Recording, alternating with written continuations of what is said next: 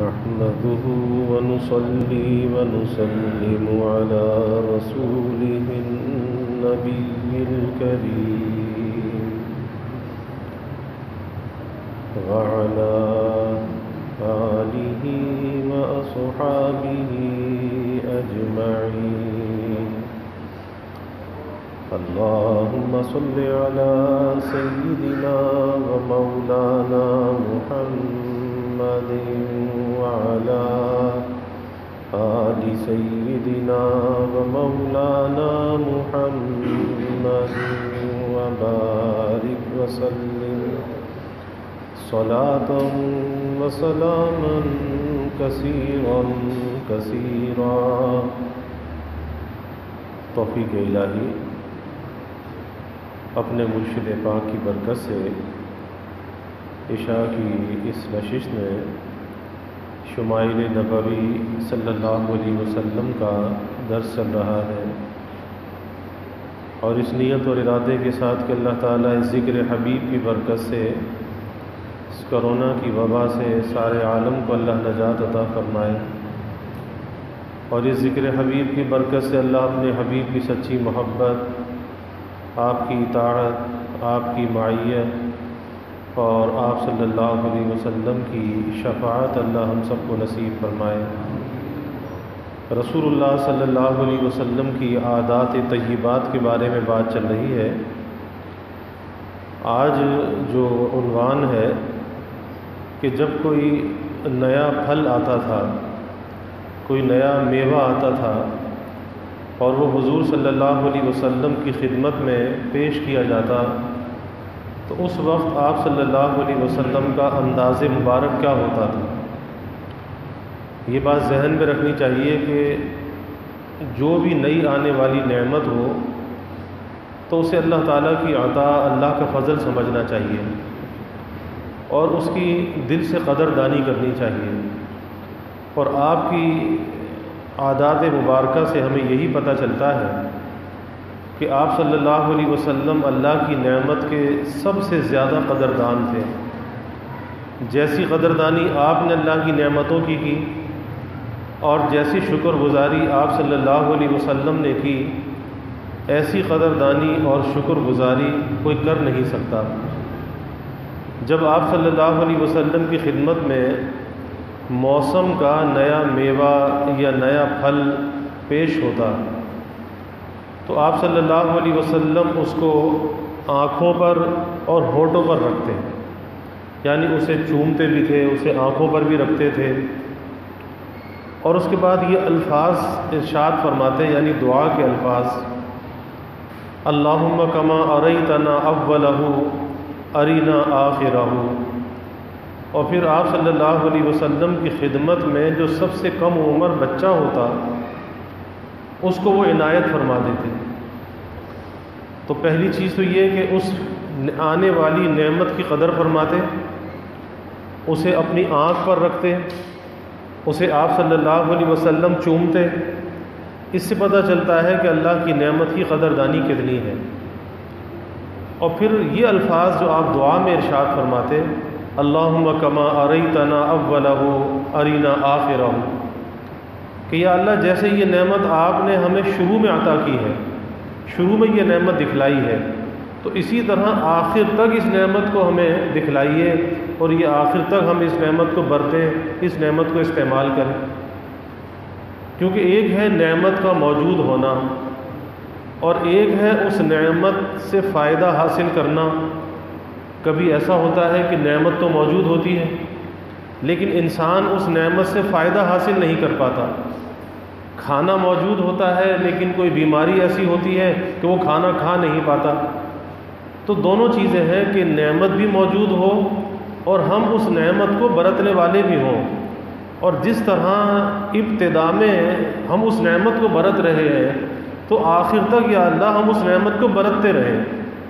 اس لیے اللہ تعالیٰ سے جہاں انسان نعمت کا سوال کرے تو وہاں پر اس نعمت کے فائدہ حاصل کرنے کا سوال بھی کرے. اس دعا سے ہمیں یہ پتہ چلا کہ اللہ تعالیٰ کی نعمتیں تو بے شمار ہیں، لیکن انسان کو کوئی بیماری آ جائے، کوئی پریشانی آ جائے، اس نعمت کو استعمال نہ کر سکے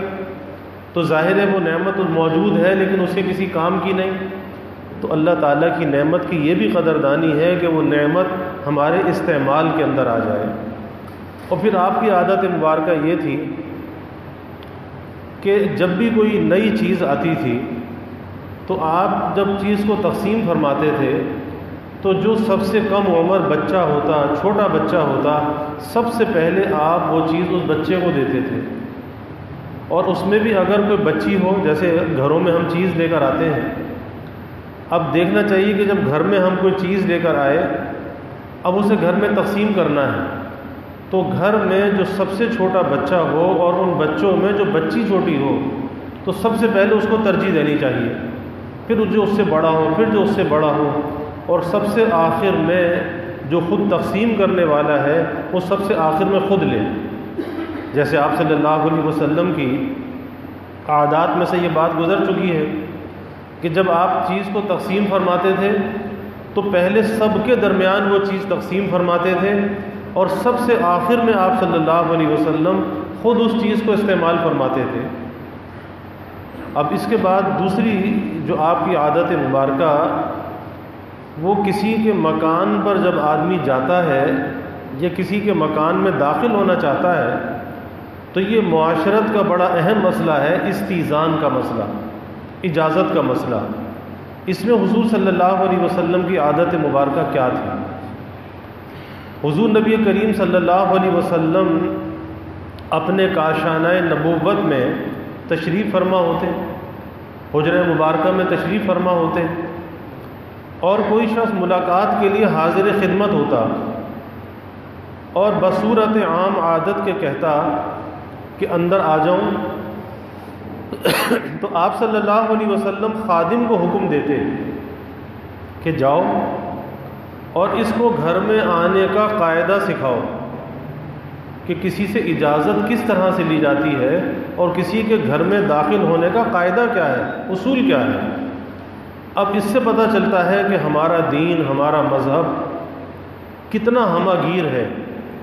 کہ ہمیں زندگی گزارنے کے ہر موقع پر رہنما اصول فراہم کرتا ہے کہ زندگی کا کوئی حصہ، کوئی گوشہ ایسا تشنا نہیں چھوڑا کہ جہاں پر ہمیں رہنمائی نہ ملتی ہو۔ اب بظاہر تو ایک عام سی بات ہے کہ کوئی آدمی کسی کے مکان پر جائے اور کسی سے ملاقات کرنا چاہتا ہو تو اب اس کے اندر کوئی یہ سوچے کہ اس میں کون سی رہنمائی کی بات ہے؟ نہیں، اس میں بھی رہنمائی کی ضرورت ہے۔ اگر وہ شریعت کی رہنمائی کے بغیر کسی سے ملاقات کے لیے جائے گا، اس کا وہ ملاقات کرنا، وہ جانا دوسرے کے لیے اذیت اور تکلیف کا سبب بنے گا۔ اور ہمارے نبی نے جو ہمیں تعلیم دی، اس کے اندر عین دوسرے کی راحت ہے، دوسرے کا آرام ہے، نہ خود انسان تکلیف میں مبتلا ہو اور نہ کسی دوسرے کو تکلیف میں مبتلا کرے۔ تو کوئی اگر آ کر یہ پوچھتا کہ میں اندر آ جاؤں تو آپ خادم کو باہر بھیجتے اور فرماتے کہ جاؤ اسے گھر میں آنے کا طریقہ پہلے سکھاؤ کہ گھر میں آنے کا طریقہ کیا ہے، اور اس کو یہ سکھاؤ کہ پہلے سلام کرے، پہلے سلام کرے اور پھر اجازت طلب کرے۔ اسی لیے معاشرت کا اصول یہ ہے کہ جب آدمی کسی کے گھر پر جائے، اور آج کل تو بڑی سہولیات کا زمانہ ہے کہ پہلے سے آدمی فون پر اس سے وقت لے سکتا ہے، ہر آدمی کے پاس موبائل فون موجود ہے، بھائی میں فلاں وقت آپ سے ملنا چاہتا ہوں، کیا آپ کے پاس فرصت ہے؟ اگر وہ کہتا ہے کہ آپ آ جائیں تو پھر ملاقات کے لیے چلا جائے۔ لیکن جب کسی کے دروازے پر جائے اور دروازے پر دستک دے یا بیل بجائے تو اسے دستک دینے کے بعد یا بیل بجانے کے بعد تھوڑا سا انتظار کرنا چاہیے۔ آج ہوتا کیا ہے کہ کوئی دروازہ بجانا شروع کرتا ہے تو بس لگتا ہے کہ وہ دروازے کو توڑ دے گا، یا بیل کے بٹن پہ ہاتھ رکھ کے دباتا ہے تو جب تک دباتا رہے گا جب تک کہ بیل جل کے ختم نہ ہو جائے۔ یہ غلط ہے، کیونکہ یہ سوچنا چاہیے کہ ایک شخص مکان کے اندر ہے، اب اندر سے باہر آنے میں اسے کچھ تو وقت لگے گا، اور بعض دفعہ انسان کسی کام میں مشغول ہوتا ہے، مثلا ایک آدمی نماز پڑھ رہا ہے، اب دروازے پر دستک ہو گئی تو ظاہر ہے کہ نماز توڑ کر تو جائے گا نہیں۔ ایک آدمی بیت الخلاء میں ہے، ٹوائلٹ میں ہے، اب دروازے پر دستک ہو گئی، اب وہ باہر کھڑا شخص دروازہ بجائے جاتا ہے، دستک پر دستک دیتا ہے، اب ظاہر ہے کہ وہ کیسے نکل کر جائے؟ تو اس لیے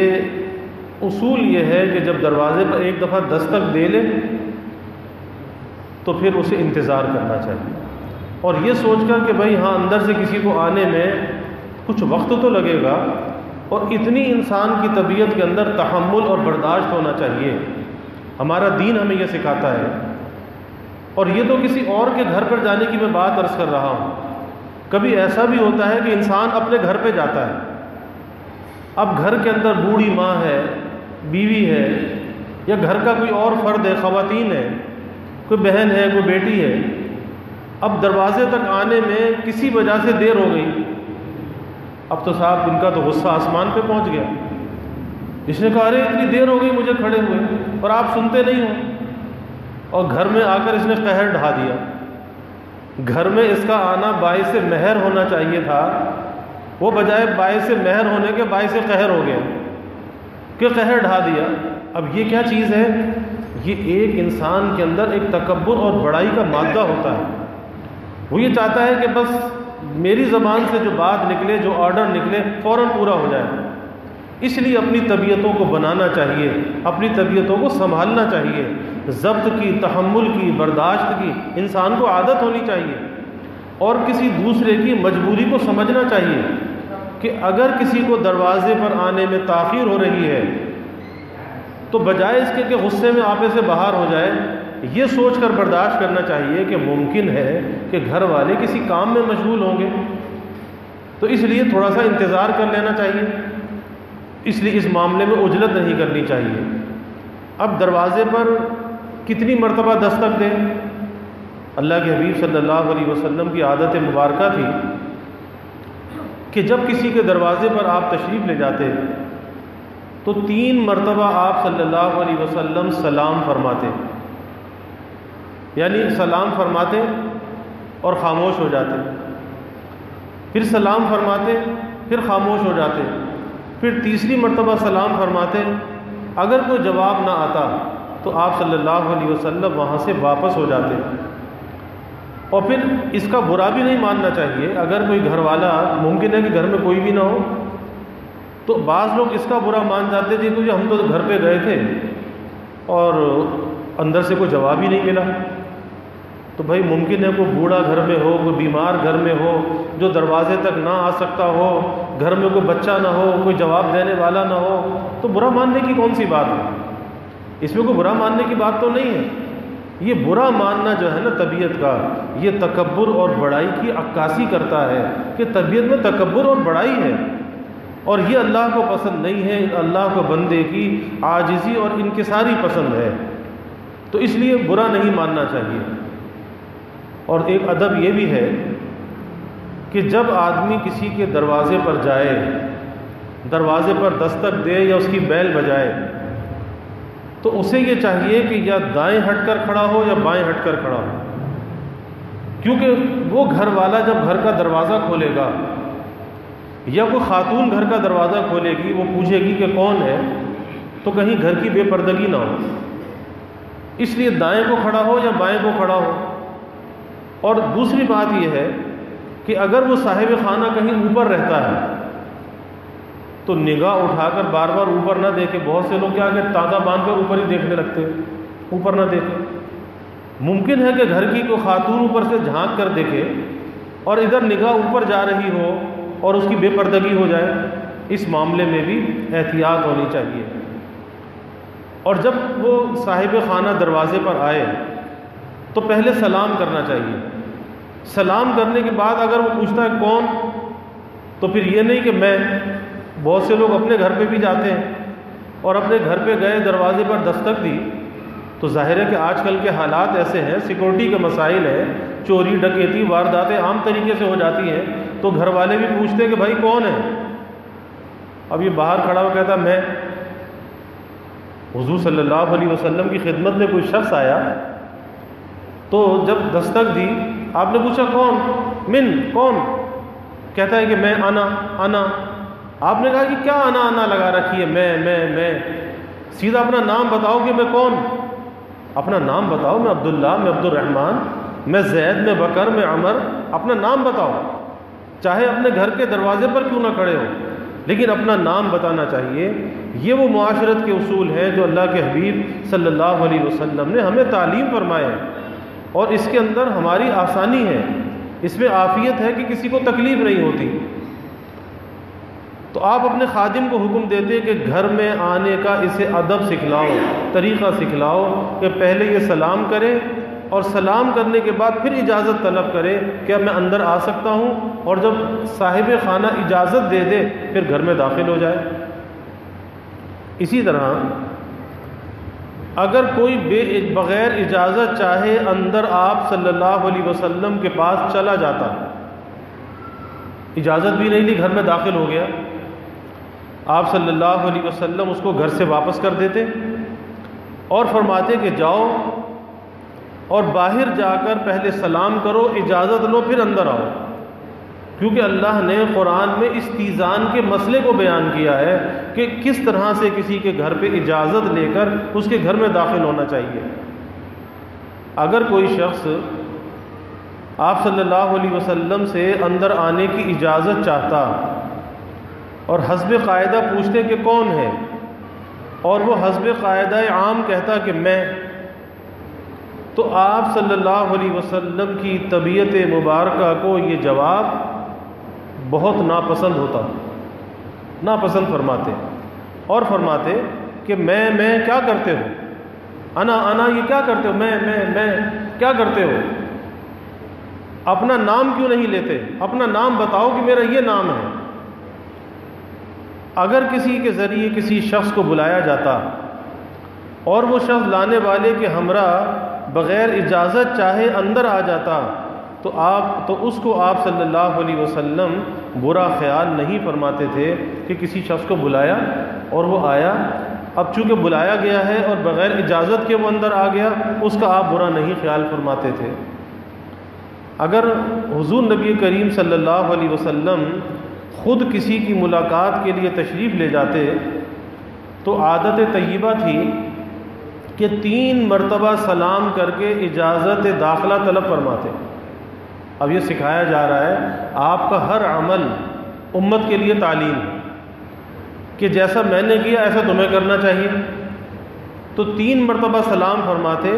اور داخلے کی اجازت طلب فرماتے، اور اگر جواب نہ ملتا تو آپ صلی اللہ علیہ وسلم واپس تشریف لے جاتے۔ اسی طرح سے اگر بعض مکان ایسے ہوتے ہیں کہ اس مکان میں اس مکان کی بیٹھک ہوتی ہے، یا بعض جگہوں پر اوطاق بنی بھی ہوتی ہے، بعض علاقوں میں جو گھر کے سے الگ ہوتی ہے، تو اس کا بھی طریقہ یہ ہے کہ اگر اس کا دروازہ عام داخلے کے لیے کھلا ہوا ہے تو پھر تو بے شک آدمی چلا جائے، لیکن اگر اس کا دروازہ بند ہے، چاہے وہ مردانہ کمرہ ہے، مردانہ بیٹھک ہے، اور اگر اس کا دروازہ بند ہے تو پھر مسئلہ وہی ہے کہ اس کا دستک دے کر سلام کر کے اور اجازت طلب کر کے پھر اسے اندر داخل ہونا چاہیے، اس کے بغیر داخل نہیں ہونا چاہیے۔ حضور نبی کریم صلی اللہ علیہ وسلم کی عادت محمودہ یہ تھی کہ کبھی دروازے کے سامنے کھڑے ہو کر اجازت داخلہ طلب نہیں فرماتے تھے، یعنی کتنی آپ رعایت فرماتے تھے کہ گھر پہ پردہ لٹکا ہوا ہے، گھر والا پردہ ہٹا کر باہر آئے گا، اب گھر کی کوئی خاتون سامنے ہو، اس پر نگاہ پڑ جائے گی، بد نظری ہو جائے گی، اس کی بے پردگی ہو جائے گی، اتنا آپ صلی اللہ علیہ وسلم خیال فرماتے تھے۔ تو کبھی دروازے کے سامنے کھڑے ہو کر اجازت داخلہ طلب نہیں فرماتے، بلکہ دروازے کے دائیں یا بائیں کھڑے ہو کر سلام کرتے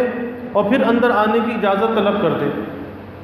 اسی طریقے سے آج کے زمانے میں یہ فون کا مسئلہ ہے کہ جب کسی بندے سے، کسی آدمی سے آپ کو کوئی کام ہے اور آپ نے اس کو کال کی، اب اس کے فون پر گھنٹی بج رہی ہے لیکن اس نے فون وصول نہیں کیا۔ اب بعض لوگوں کی عادت یہ ہے کہ کال پر کال کیے چلے جاتے ہیں۔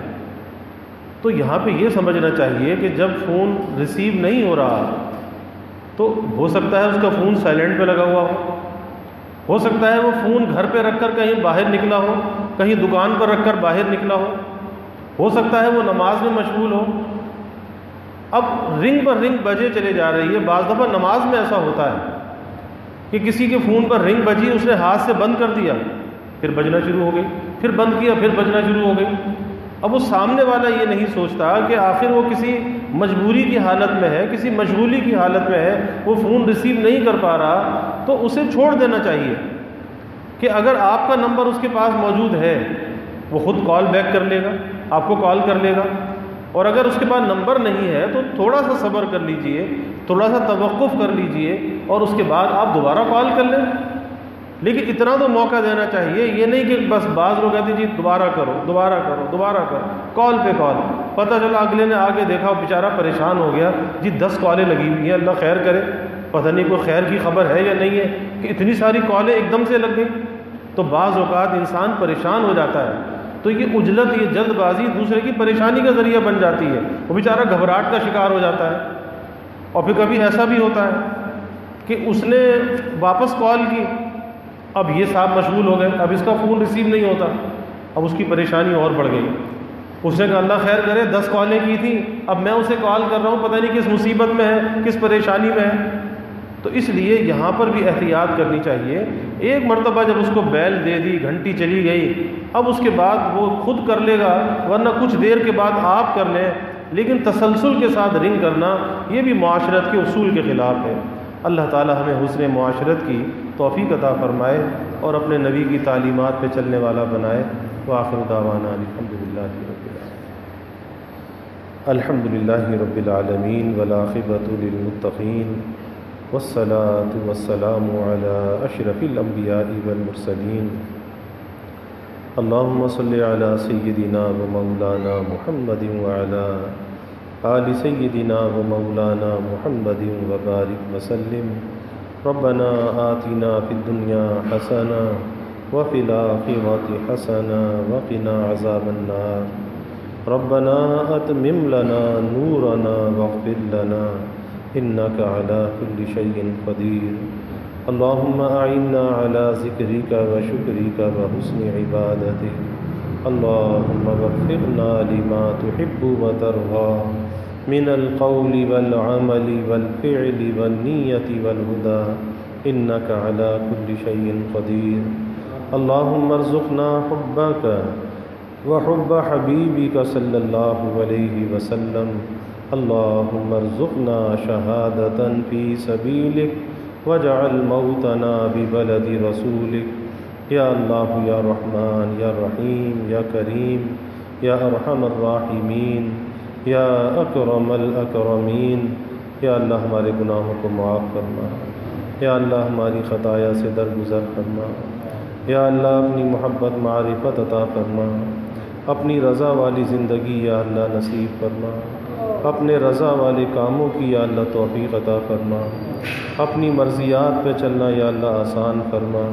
نامرضیات سے ہماری حفاظت فرما۔ اس ذکر حبیب کی یا اللہ کامل برکات ہمیں نصیب فرما، ذکر حبیب کے انوار سے ہمارے قلوب کو منور فرما، اپنے نبی کی تعلیمات پہ چلنے والا بنا، آپ کی تعلیمات کی عظمت اور محبت ہمارے دلوں میں پیدا فرما۔ یا اللہ ہماری معاشرت کو حسن معاشرت بنا، یا اللہ خلق خدا سے اچھا برتاؤ کرنے والا بنا، یا اللہ درگزر کرنے والا بنا، یا اللہ طبیعت میں تحمل اور حلم کو غالب فرما، ناجائز غصے سے عجلت سے یا اللہ ہماری حفاظت فرما، خلق خدا کے لیے یا اللہ ہمیں راحت رساں بنا، اذیت رسانی سے یا اللہ ہماری حفاظت فرما۔ یا اللہ صحابہ کی، خلفائے راشدین کی، اہل بیت کی محبت اور عظمت ہمارے دلوں میں پیدا فرما، ان کے نقش قدم پر یا اللہ ہمیں چلنے والا بنا، اپنے نبی کے ساتھ یا اللہ ہمیں وفا کا تعلق نصیب فرما،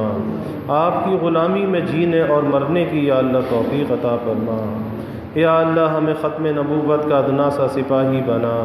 اور ناموس رسالت کا، ناموس صحابہ کا یا اللہ ہمیں محافظ بنا۔ یا اللہ اس ذکر حبیب کی برکت سے سارے عالم کو، ساری انسانیت کو اس کرونا کی وبا سے نجات عطا فرما۔ یا اللہ اس کے متاثرین دنیا میں جہاں کہیں بھی ہیں، یا اللہ ہمارے ملک میں ہیں، ہمارے محلے بستیوں میں یا اللہ سب کو صحت کاملہ عاجلہ مستمرہ عطا فرما، سب کی پریشانی کو دور فرما، یا اللہ اس وبا سے نجات عطا فرما، شفا کو نازل فرما، اس ابتلاء اور آزمائش سے یا اللہ نجات عطا فرما، یا اللہ سب کے دلوں کے نیک ارادوں کو تمناؤں کو از غیب پورا فرما، سب کی حاجات کو یا اللہ پورا فرما، سب کی پریشانیوں کو یا اللہ دور فرما، بیماریوں سے یا اللہ حفاظت فرما، ہر ناگہانی بلا اور مصیبت سے یا اللہ حفاظت فرما، زمینی آسمانی آفات سے یا اللہ حفاظت فرما، موذی امراض سے یا اللہ حفاظت فرما، یا اللہ سب کے علم میں، عمل میں، رزق میں خوب خیر و برکت فرما، ابواب رزق یا اللہ کشادہ فرما، رزق حلال عطا فرما، آسان عطا فرما، برکت والا عطا فرما، یا اللہ رزق ظاہر بھی عطا فرما، رزق باطن بھی عطا فرما، یا اللہ کبھی کسی کو مخلوق کا محتاج نہ بنا، ہمیشہ اپنے در کا سائل اور بھکاری بنا، اپنے در کا منگتا اور سوالی بنا، یا اللہ اپنے غیر سے ہماری امیدوں کو قطع فرما، اپنی ذات عالی کا یقین ہمارے دلوں میں پیدا فرما، یا اللہ ہر امید کو اپنی ذات سے وابستہ کرنے والا بنا، یا اللہ ایمان کی ترقی عطا فرما، اعضاء کی سلامتی عطا فرما، ہر محتاجی معذوری سے ہماری حفاظت فرما، یا اللہ جب تک کی زندگی ہے چلتا پھرتا رکھنا، اعضاء کی سلامتی کے ساتھ رکھنا، یا اللہ محتاجی معذوری سے بچا کے رکھنا، یا اللہ ہمارے ملک پر اپنی رحمتوں کا نزول فرما،